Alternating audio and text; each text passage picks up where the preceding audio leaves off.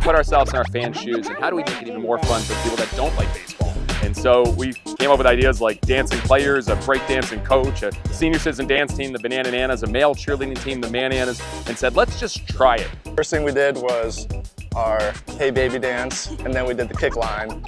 So you're immediately getting thrown into dancing, getting out of your comfort zone. And then we went straight into trick plays in the outfield, and then we played a game.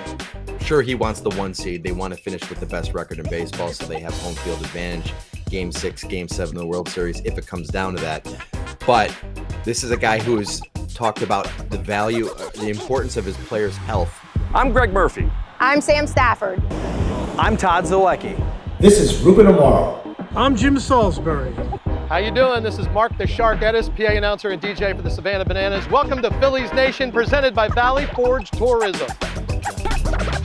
How do they do that?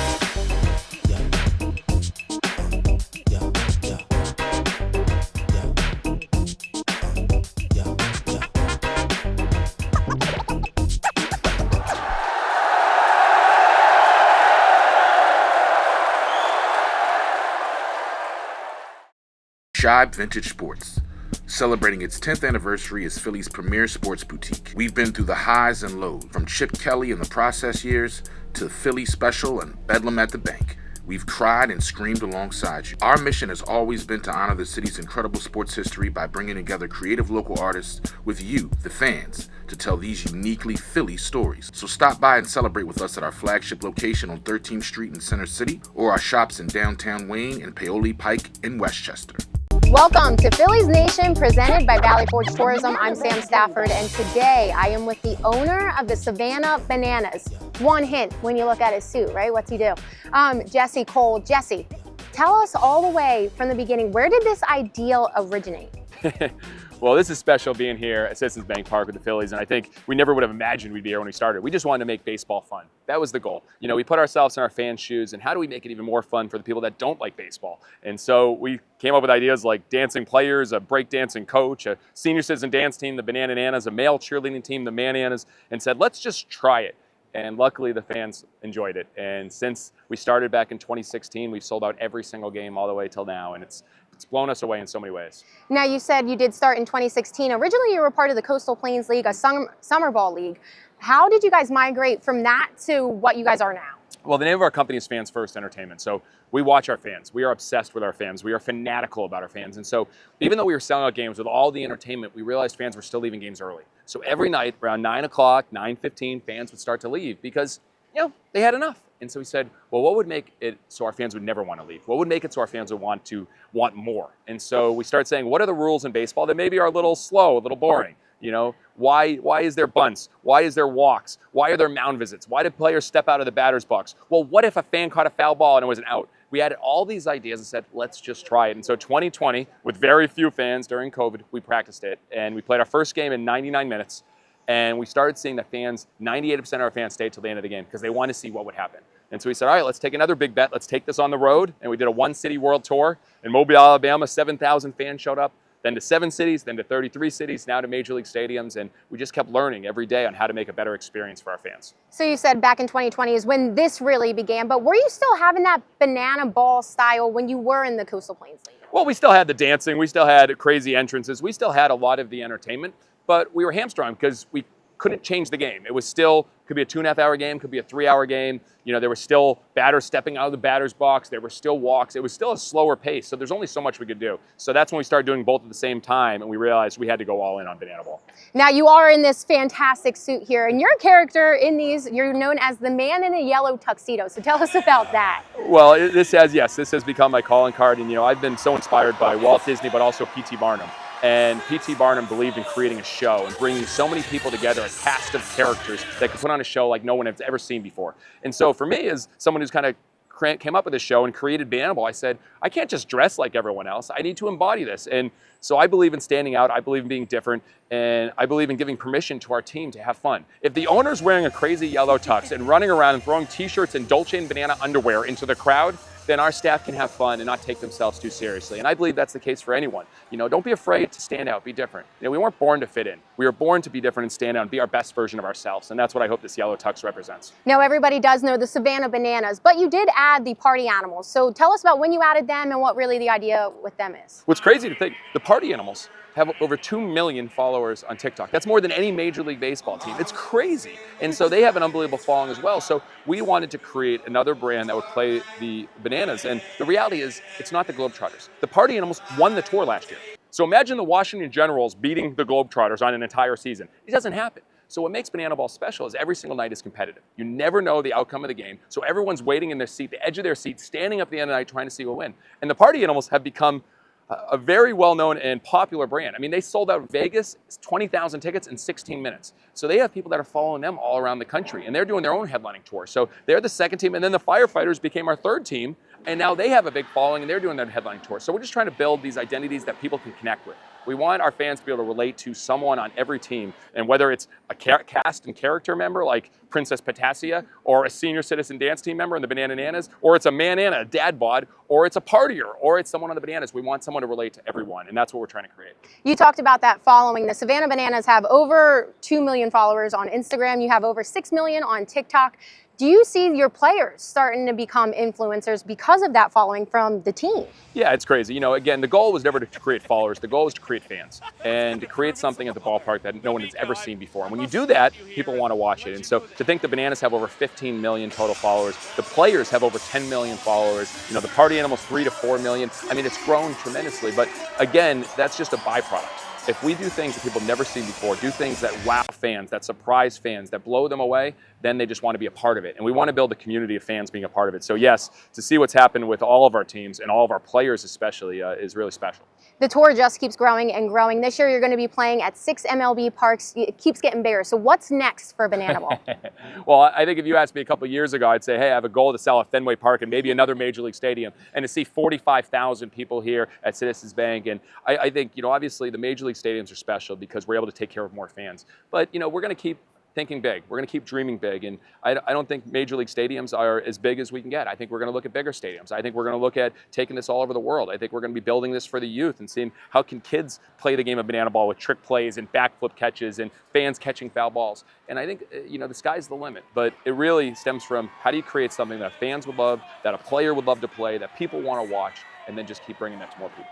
Jesse, you are truly on to something, obviously. You have everybody coming out, but thank you so much for joining us. Jesse Cole, the owner of Savannah Bananas, a.k.a. the man in the yellow tuxedo.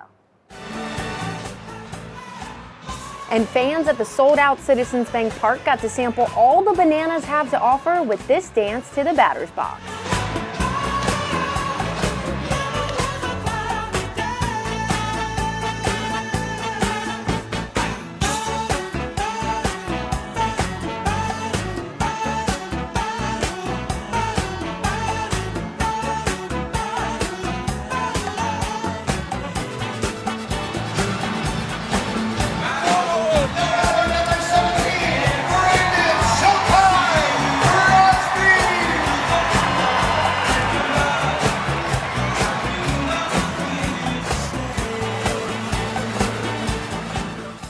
Another crazy Philly sports story that you've never heard.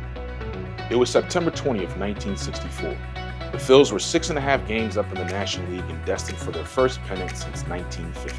And then Chico Ruiz happened. The Phillies and Reds were tied 0-0 in the 6th. Future Hall of Famer Frank Robinson was at the plate with Ruiz on third and 2 outs. With 2 strikes on Robinson, Ruiz did the unthinkable. He broke for home and the pitch careened off the glove of catcher Clay Dalrymple. Ruiz was the winning run. All of this would have been forgotten if it wasn't for how the rest of the 64 season unfolded. The 1-0 loss in Cincinnati was the beginning of the end for the Phillies, who went on to lose 10 straight games and their grip on the National League pennant. BetParx online casino and sportsbook. You love to play, you play to win, you bet BetParx. When you open the BetParx app, you're in the zone. Winning is always a rush, but the money is in the moments. It's the anticipation of another face card, the thrill of an extra spin, and the pure joy of a jackpot. It's all your favorite games, at your fingertips. Plus, get up to $1,000 casino bonus back if you're down in the first 24 hours. You play for fun, you love to win. You bet. Bet Parks. I'm Rachel Riley from the Valley Forge Tourism and Convention Board. As a Phillies Nation partner, we're asking all of you to help us by contributing to our Freedom from Hunger drive this fall. We kicked off this fundraiser recently by serving folks in Norristown. There continues to be a critical need in the Montgomery County community due to the impact of the rising cost of food. This drive will run through the fall, the end of October, and will support over 70 food pantries and soup kitchens through the Montco Anti-Hunger Network. Our goal is to collect the monetary equivalent of over 90,000 pounds of food. So we're asking for your help to donate. Go to valleyforge.org/hunger. Thank you so much. Welcome back to Phillies Nation presented by Valley Forge Tourism. Right now I'm joined by Reese Alexiadis, an outfielder for the Savannah Bananas. Reese, you are in your rookie season, so how are things going so far for you? Things are going great. I'm loving every second of it and excited to be here. Now tell us about the tryout process. Is it baseball skill? Is it dance skill? What do you have to come to the tryouts with? So I think the biggest thing is going there and just being free, having fun. The first thing we did was our Hey Baby dance, and then we did the kick line. So you're immediately getting thrown into dancing, getting out of your comfort zone. And then we went straight into trick plays in the outfield, and then we played a game. And it was a lot of fun, music going the whole time, and I had a blast. How important is it for you and the rest of your teammates to kind of just click? I mean, the veterans who have been here for a couple of years, they did a great job bringing in the new guys, getting us acclimated into what this is all about. And so kudos to them for being great leaders and showing us the way and, you know, doing things the right way. You mentioned those trick plays, so I know that you have some special trick plays yourself. Tell us about those. So I do a tornado catch, which is a behind the back 360. So I catch it in the air while doing a 360.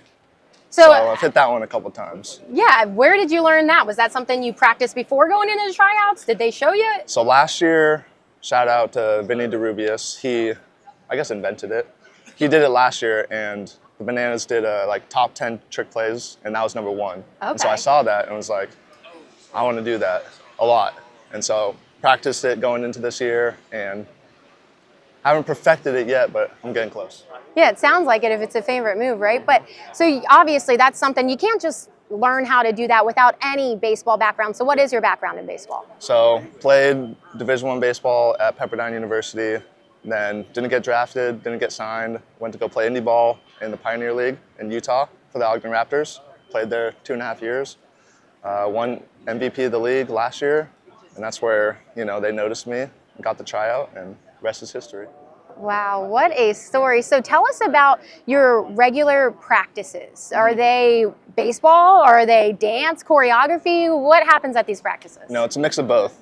I think earlier in the week, we do a lot of baseball stuff, practice trick plays, but today we'll get straight into rehearsals, all the stuff that we have planned for the game. You know, got to be free a little bit, and then we'll get into BP and practice some trick plays. So we did talk to the owner, the man in the yellow tuxedo, and he confirmed nothing's scripted.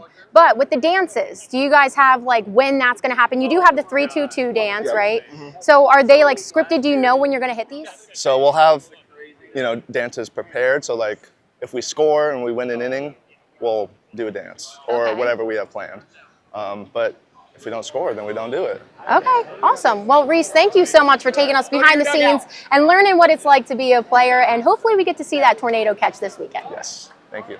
Very well in the there was lots to enjoy as fans got to witness one of these special trick plays with this catch in center field. And it's 2 outs and 2 trick plays for the Savannah Bananas. D.R. Meadows completes the backflip catch in center field and is now up to 90 trick plays on the season. How about the roar from over 45,000 after DR gets a perfect 10 to bat? A 2-time All-Star and a World Series champion from your Philadelphia Phillies. Please welcome Shane Victorino!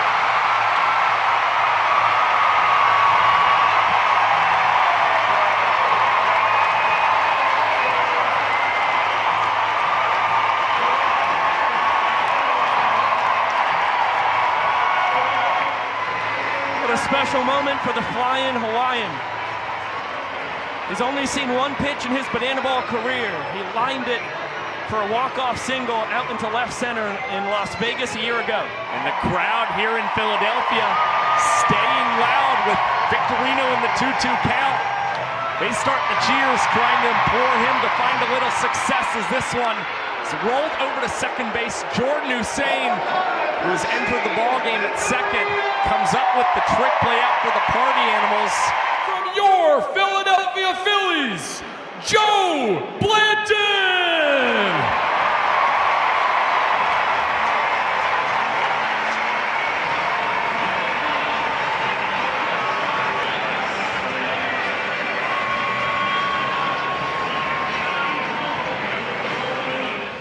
Clearly still beloved in the city of brotherly love. He's got a tall task as Jake Skoll steps in with runners on the corners. Well, Blanton, honestly, with a really remarkable major league career, one of those guys that former Oakland Athletics GM Billy Beane loved, drafted in 2002 by the Athletics, turned into just a great big leaguer, both from the rotation and also later in his career out of the bullpen, as this one is chopped over to Eric Jones Jr. A couple dribbles for each. Ladies and gentlemen, he is a National League Rookie of the Year, a National League MVP, a World Series champion for the Philadelphia Phillies. Please welcome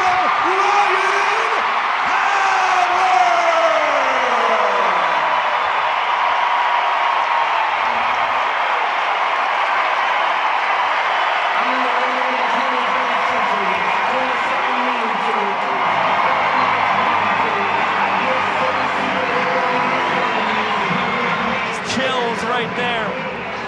Ryan Howard spent the entirety of his 13-year MLB career here in Philly. He takes up that iconic stance as a fastball grazes the outside corner for a strike. That's probably the loudest eruption we've heard all tour long. And everybody still up and out of their seats, watching Ryan Howard as he battles against Drew Gillespie. We'll get another fastball. This night was not only special for fans who watched the game, but also the Savannah Bananas announcer.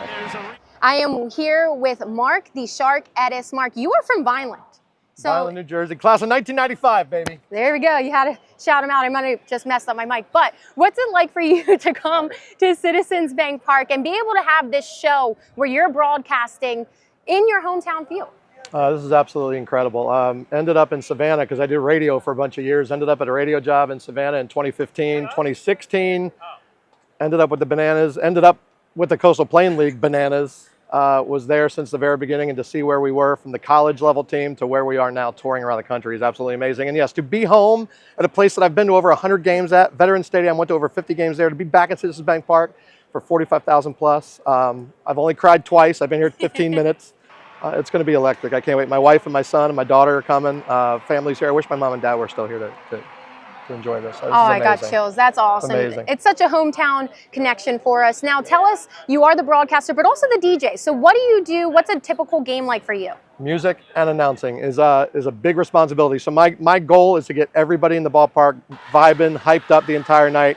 There's no dead air, so I take that whole radio background into account. There's no dead air in between a pitch, every little, there's something playing. I'm either saying something stupid, playing a sound clip from a movie, songs, and the goal is to get this place singing really loud, dancing. I mean, it's a party from start to finish, and that's my job. So I don't take that lightly. It's a very important job. I love it. Well, Shark, we keep saying that you struck gold, but clearly the Savannah Bananas struck gold with having you, and they couldn't do it without you. So thank you so much for joining us. I am so lucky to be a part of this great organization we're in. Thank you. Awesome. Thanks. Nice to meet you. Thanks.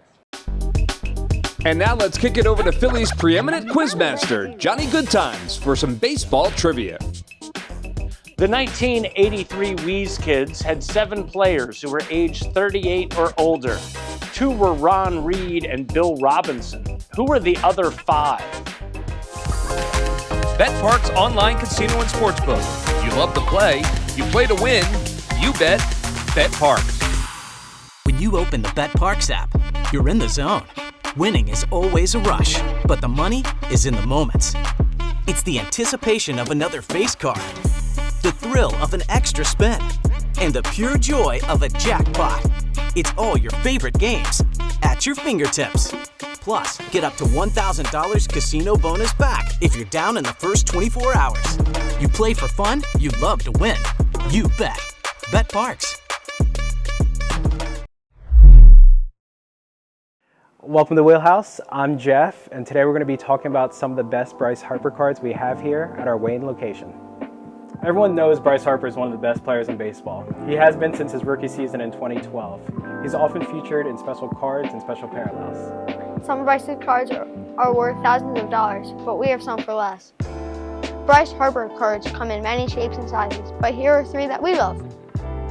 So first we have our 2023 Topps Chrome Bryce Harper short print, where he's holding the National League trophy. Second, we have our 2011 Bowman Prospects rookie card.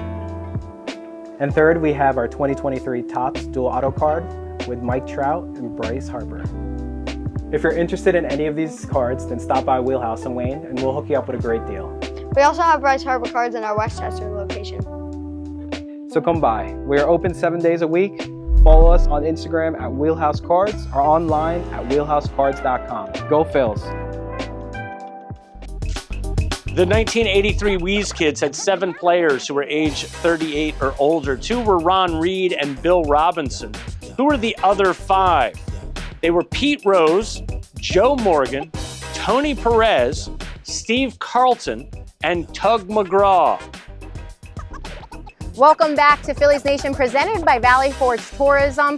Let's go check out what our guys Todd, Jim, and Ruben have today on the Phillies Show. You know, the contributions, we focus a lot on the trade deadline and what guys do coming out of the trade deadline. But Estevez, Banks, and even Hayes, they're going to be measured in the month of October. If they have a great October, let this team win ball games. That's where the measurement of the trade deadline comes in. They have their chance to really put their thumbprint on this team.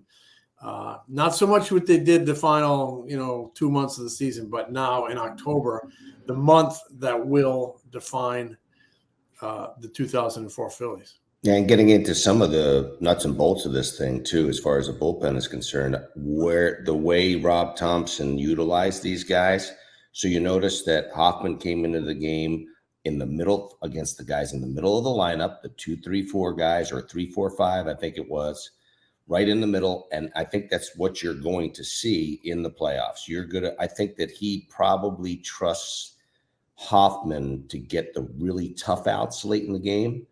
And then he will probably then use Estevez, for the 7, 8, 9, middle part, late part of the lineup, that sort of thing. And I think that's what you're going to see in the playoffs. And people are probably saying, well, why doesn't Hoffman close? Why is it? Well, you got to get to the closer.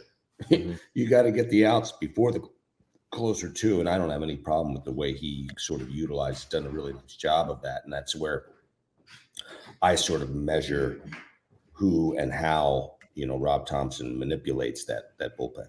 So you think Hoffman is kind of the kill shot? I think he's the kill shot. Yeah. I think he and Strom at the end are the kill shots. And then I think the other guys are cleaning it up. So Estevez not necessarily in the 9th. Not necessarily. Necessarily. I think that Estevez, even though he's used to being in the 9th, he may, in a game that's maybe a 3-run game or something, and you've got the softer part of the lineup, he might come in the 8th. Todd, do you think Rob tipped his hand a little bit by how he intends to utilize Johan Rojas offensively? What do you mean? The 2 sacrifice bunts. Oh, the bunting. And, yeah. He was asked about that last night. And a hit and run. And I don't know if it was a designed hit and run, but it was a hit and run. It was a hit and run. So and he makes a great catch. That's what makes he made a great catch. He made a great catch. But that's where his value is, and that's how you keep his bat in the lineup if you want to keep his glove in center field. So that's what he has to do. So what a game! Contact, 2 bunts, big catch. Yeah, I'll also say this. Let me just say it. I don't want to be Mr. Homer guy. because I want to throw some reality out there. So people talk about wanting Kyle Schwarber in the middle of the lineup to drive in runs. Kyle Schwarber's got a lot of strikeout in him. So Johan Rojas bunts the guy over, man on second and third, and then Kyle punches out. And, you know, in those situations, he has some trouble with those situations because I think I don't know if he changes his mindset when he's at the plate. I'm not sure what the story is. But, I mean, there's a reason why Kyle Schwarber is in a one hole. He creates, I mean, his ability to do what he does at the top of the lineup is a really, really important thing. He got 100 RBIs at the top of the lineup. Nobody does that. Very, very few guys do that. 2 years in a row. And, for the first time in God knows how long that somebody did. I think the last time somebody did was Ryan Howard. So, so, I mean, that's the reason why he's in the one hole. For more Phillies analysis and interviews, subscribe to The Phillies Show on Apple Podcasts, Spotify, YouTube, or wherever else you get your podcasts.